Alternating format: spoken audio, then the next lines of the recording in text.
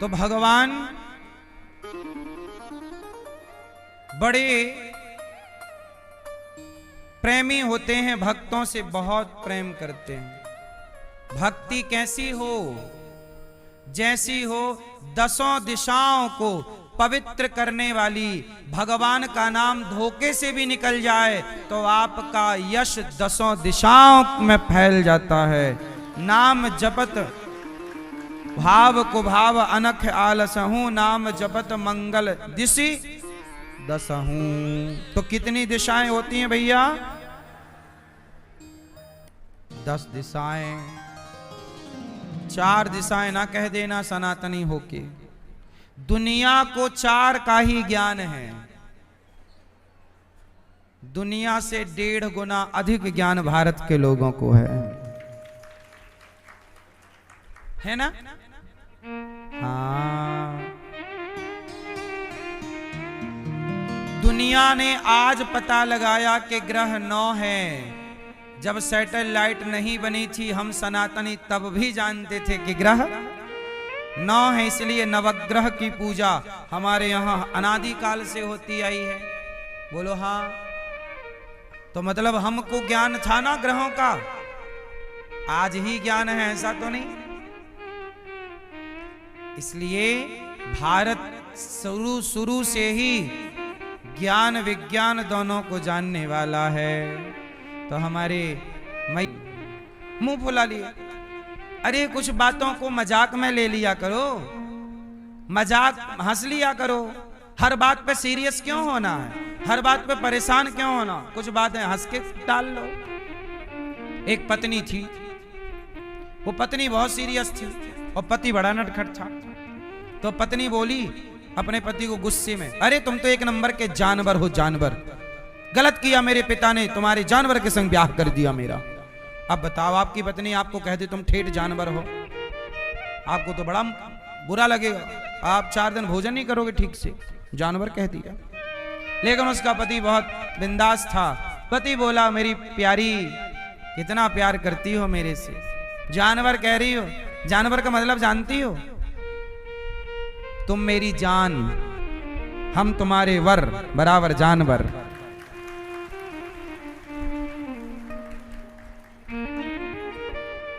Tension लेना हो तो आप टेंशन ले सकते हैं इस बात पे कि पत्नी ने जानवर कह दिया। लेकिन इसे दूसरे वे पे लेना हो तो यह भी एक आनंद है। किन किन की बातों को लोगे गंभीरता से? पत्नी की बात, पुत्र की बात, टेंशन ना पाला। बेटे ने गाली दे दी, बेटे ने कुछ कह दिया, अब टेंशन पालोगे तो क्या हो जाएगा? इसलिए कोई बात नहीं, कह दिया सो कह दिया, छोड़ो कल की बातें। हम लोगों ने उम्मीद भी तो इतनी कर रखी है। कई बार आपको उम्मीद मेरे से है, लेकिन मैं आपकी उम्मीद पे खरा नहीं उतरता तो आपको गुस्सा आने लग जाती है।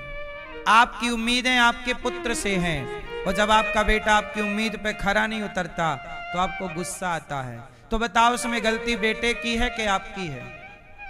आपकी ही गलती ये है कि आपने व्यर्थ की उम्मीदें क्यों पाल रखी हैं।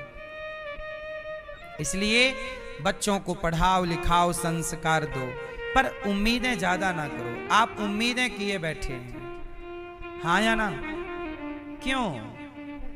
बंधन ना हो उम्मीदों का। खुश रहो, बिंदास रहो। कोई कुछ कह दे तो सीरियस मत लो, मुस्कुराने के भाव से ले लो। जो बात अच्छी लगे ग्रहण कर लो, जो बात अच्छी ना लगे उसका एक हंसने का अर्थ निकाल के खुश रहो। क्या हम टेंशन पाल के भी क्या करें? आपने हमें कुछ कह दिया, अब हम मुंह बनाए बैठ गए तो क्या होगा इससे?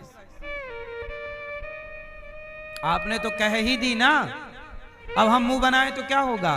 कहते ना तीर कमान से, और बात निकल गई वापस अब जानी नहीं है तो उसका अर्थ ठीक कर लो ना। इसलिए तुकाराम जी बड़े सत्संगी संत थे। उनकी पत्नी बहुत डांटती, क्यों? जब देखो तब बैठे राम राम जपते रहते हो, कोई काम धाम नहीं करना, बैठे बैठे खाते हो। तुकाराम जी फिर भी बेचारी को कहे वाह तुम कितनी अच्छी हो। लोग कहें गुरुजी आपकी पत्नी कैसी है, तुकाराम जी से कहें देखो आपकी पत्नी कितना डांटती है आपको, आपको अच्छा लगता है? तुकाराम जी बोले ये डांटती है तो बहुत अच्छा है। बोले क्यों? बोले प्यार करती होती तो हम भी इसमें आसक्त होते, ये डांटती है तो अच्छा है कि हमारा चित्त इसमें ना लग के भगवान में लगा रहता है। हर जगह पॉजिटिविटी। सुखी वही है जो हर हाल में क्या ढूंढ ले? सकारात्मकता। हर बात पे पॉजिटिविटी। तुम हमें गाली भी दो तो भी हम उसमें अच्छाई ही ढूंढेंगे। अब तुकाराम जी बैठे सत्संग करने, पत्नी बोली सुनो मैं पानी भरने जा रही हूं कुएं में, घर का थोड़ा काम कर लेना, झाड़ू आड़ू लगा लेना, मैं आ रही हूं पानी भर के, कुछ हम करें कुछ तुम करो। तुकाराम जी को बड़बड़ा के चली गई। अब पत्नी आई घड़ा लेके, देखी तो अभी भी बाबा जी बैठे, सत्संग चल रहा, तो भरा भराया घड़ा पति की खोपड़ी में पटक दिया। तुकाराम जी बोले अपने चेलों से देखो हमारी पत्नी कितनी अच्छी है, बेचारी पहले आई तो गरज गई, बाद में आई तो बरस गई। सुना था कि जो गरजता है वो बरसता नहीं, जो बरसता है वो गरजता नहीं। हमारी पत्नी भगवान ने कितनी अच्छी दी, गरजती भी है। और देखो जरा ऐसी पत्नी में भी संत सुखी हैं। शिकायत नहीं है कि ऐसी पत्नी है जो घड़ा सिर पर फोड़ रही है। क्यों? आपकी पत्नी ऐसी तो नहीं है बरसने वाली? बोलो हाँ या ना। आपकी कैसी है भैया? सोच रहे पड़ गए आप, याद करने लग गए कब घड़ा पटकी थी इस खोपड़ी में? नहीं, ऐसी नहीं है, पर देखो मतलब अच्छी है इसलिए खुश रहो।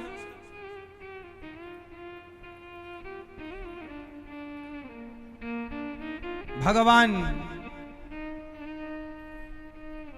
जो दें उसमें प्रसन्न रहा करो।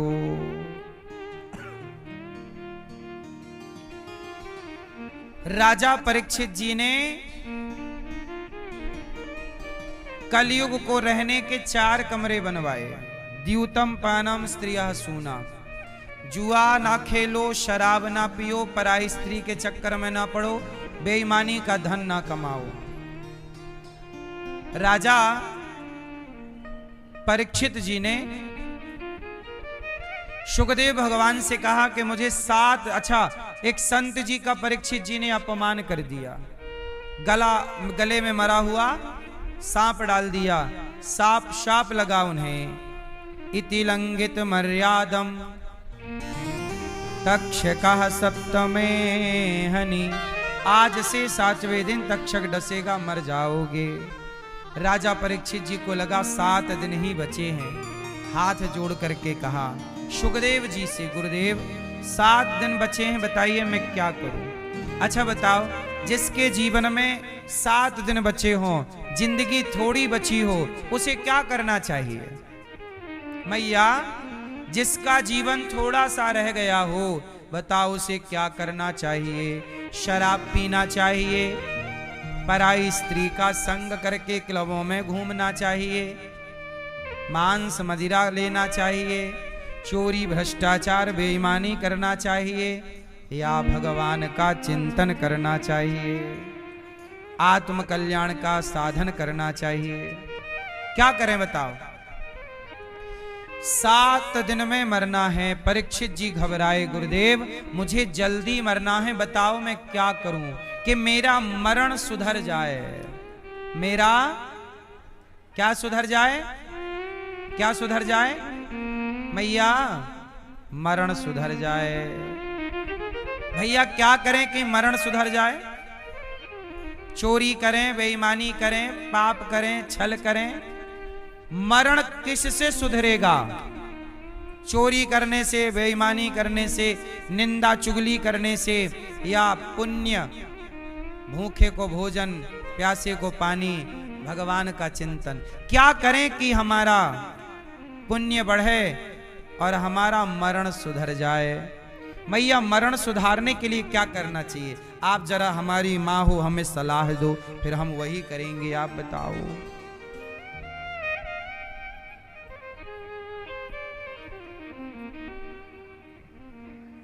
मैया री मैया,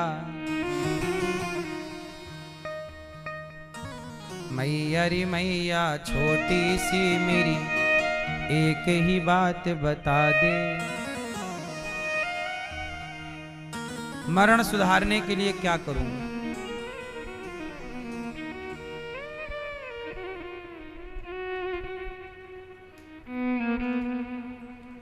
कुछ बोलो भी तो। नहीं मैया, मुंह बस खोल रही हैं। क्या करें? ये मैया बताएंगे, भैया बताएंगे चश्मा वाले। बताओ, मरण सुधारने के लिए क्या करें हम? क्या हम ऐसी करें, आप नहीं करेंगे? हाँ मैया, आप में से कितने लोगों को अपना अपना मरण सुधारना है? सबको सुधारना है? तो हमें उपाय बताओ कैसे सुधरेगा। बस यही काम आप भी करना, हम तो कर ही लेंगे। जो हमें बता रहे हो वो अपने आप को बता लो और अपना चल पड़ो उसी रास्ते पर। सही है? मरण सुधार लो। सुधारना चाहिए। जीवन थोड़ा है, गई बहुत, थोड़ी रही नारायण अवचेत। काल चिरैया चुग रही, निस दिन आयु खेत। थोड़ा बचा है जीवन, जीवन का क्या भरोसा। हाँ, एक पल की जिंदगानी, एक पल की जिंदगानी, एक रोज सबको जाना। बरसों की क्या तू सोचे, पल का नहीं ठिकाना। हम लोग प्लानिंग करते हैं सालों की, महीनों की। कुछ पल की जिंदगानी, एक रोज सबको जाना। बरसों की क्यों तू सोचे, पल का नहीं ठिकाना। मल मल के तुमने अपने तन को जो है निखारा। इत्रों की खुशबुओं से महके शरीर सारा। मल मल के तुमने अपने तन को है जो निखारा। इत्रों की खुशबुओं से महके शरीर सारा। काया न साथ होगी, सुनो, काया न साथ होगी, ये बात ना भुलाना। बरसों की क्या तू सोचे, पल का नहीं ठिकाना। मन है हरि का दर्पण, मन में इसे बसा ले। करके तू कर्म अच्छे, कुछ पुण्य धन कमा ले। मन है हरि का दर्पण, मन है हरि का दर्पण, मन में इसे बसा ले। करके तू कर्म अच्छे, कुछ पुण्य धन कमा ले। कर दान और धर्म तू प्रभु को गरह पाना, बरसों की क्या तो सोचे पल का नहीं ठिकाना। कुछ पुण्य कर लो, आएगी वो घड़ी जब, आएगी वो घड़ी जब कोई भी साथ न होगा, कर्मों का तेरे सारे एक एक हिसाब होगा। ये सोच ले अभी तू, फिर वक्त ये न आना, परसों की क्या तू सोचे पल का नहीं ठिकाना। समझ रही हो मेरी माँ? इसलिए मरण सुधारने में लग जाओ, क्योंकि मरण, अब बताओ आपकी मृत्यु दूर है कि पास है? क्यों? आपकी मौत दूर है कि पास? भैया डर गए क्या? मौत से डरना नहीं चाहिए। मरने से सब जग डरा, मेरे मन आनंद, कब मरी हूं कब भेंटी हूं पूरन परमानंद। मरने से डरना नहीं, क्योंकि डरो या मत डरो मरना तो पड़ेगा, तो डर के क्यों मरें?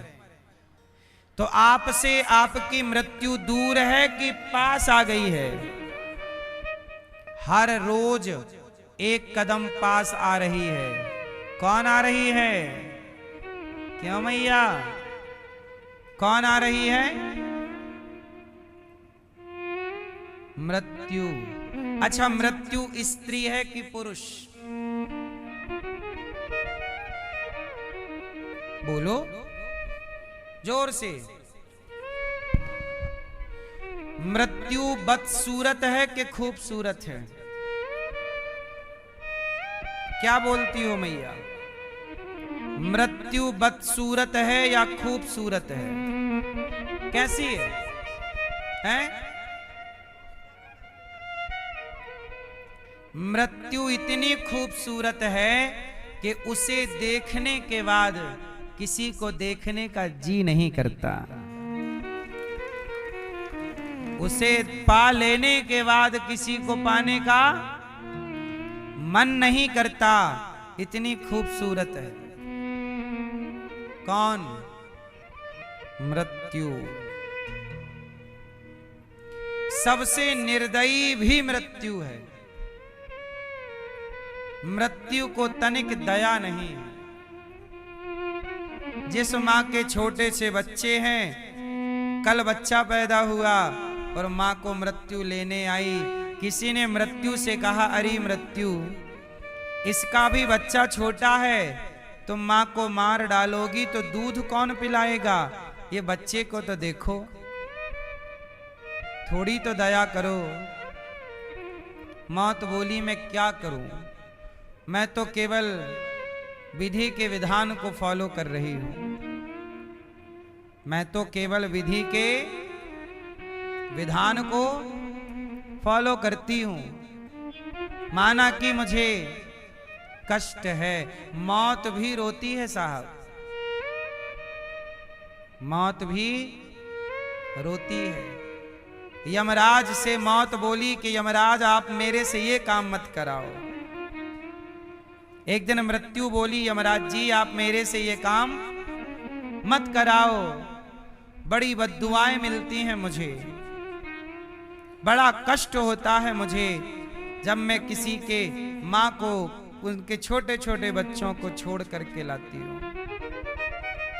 परिवार में एक ही करने वाला था, सबका पेट भरने वाला, जब मैं उसे उठा कर लाती हूँ तो परिवार वाले मृत्यु को ऐसे देखते हैं कि मृत्यु, तूने उसे ही उठा लिया जो हमारा पालनहार था, अब हम तो उसके बिना ही मर जाएंगे।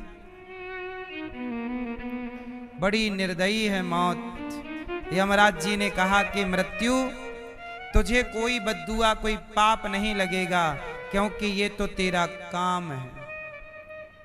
इसलिए मृत्यु बड़ी निष्ठुर है, निर्दयी है और खूबसूरत भी है।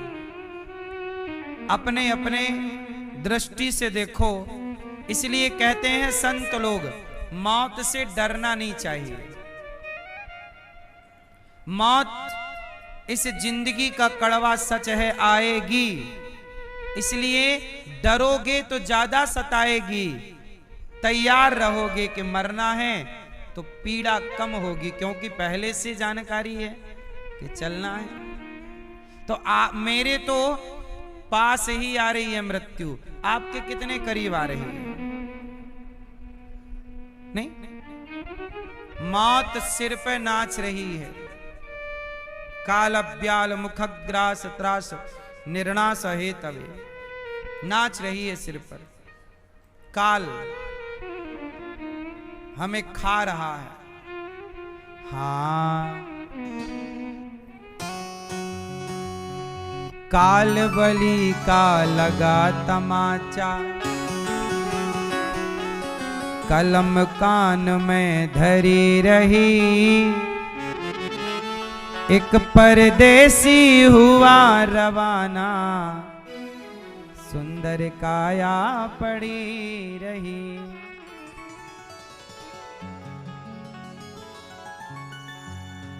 एक डॉक्टर अपने घर से दवा करने तैयार हुआ। सुनो, एक डॉक्टर अपने घर से दवा करने तैयार हुआ। दवा उठा के बैग में रखा, मोटर कार सवार हुआ। एक आदमी गया, डॉक्टर साहब हमारे पिताजी को अटैक आया है, जल्दी चलो। डॉक्टर साहब बोले चिंता ना करो, मेरे पास दवाई है, मैं तुम्हारे पिता को मरने नहीं दूंगा, मेरे पास दवाई है। तो एक डॉक्टर अपने घर से दवा करने तैयार हुआ। दवा उठा के बैग में रखा, मोटर कार सवार हुआ। तो क्या हुआ? फिसली कार गिरी गड्ढे में। जब मौत आएगी तो सुनना, फिसली कार गिरी, डॉक्टर साहब की कार गिर गई, फिसली कार गिरी गड्ढे में, और दवा बैग में धरी रही। जब परदेसी हुआ रवाना, सुंदर काया पड़ी रही। जब परदेसी हुआ रवाना, ये काया धरी रह गई। एक पंडित जी अपने घर में पत्रा देखा करते थे। एक पंडित जी अपने घर में पत्रा देखा करते थे।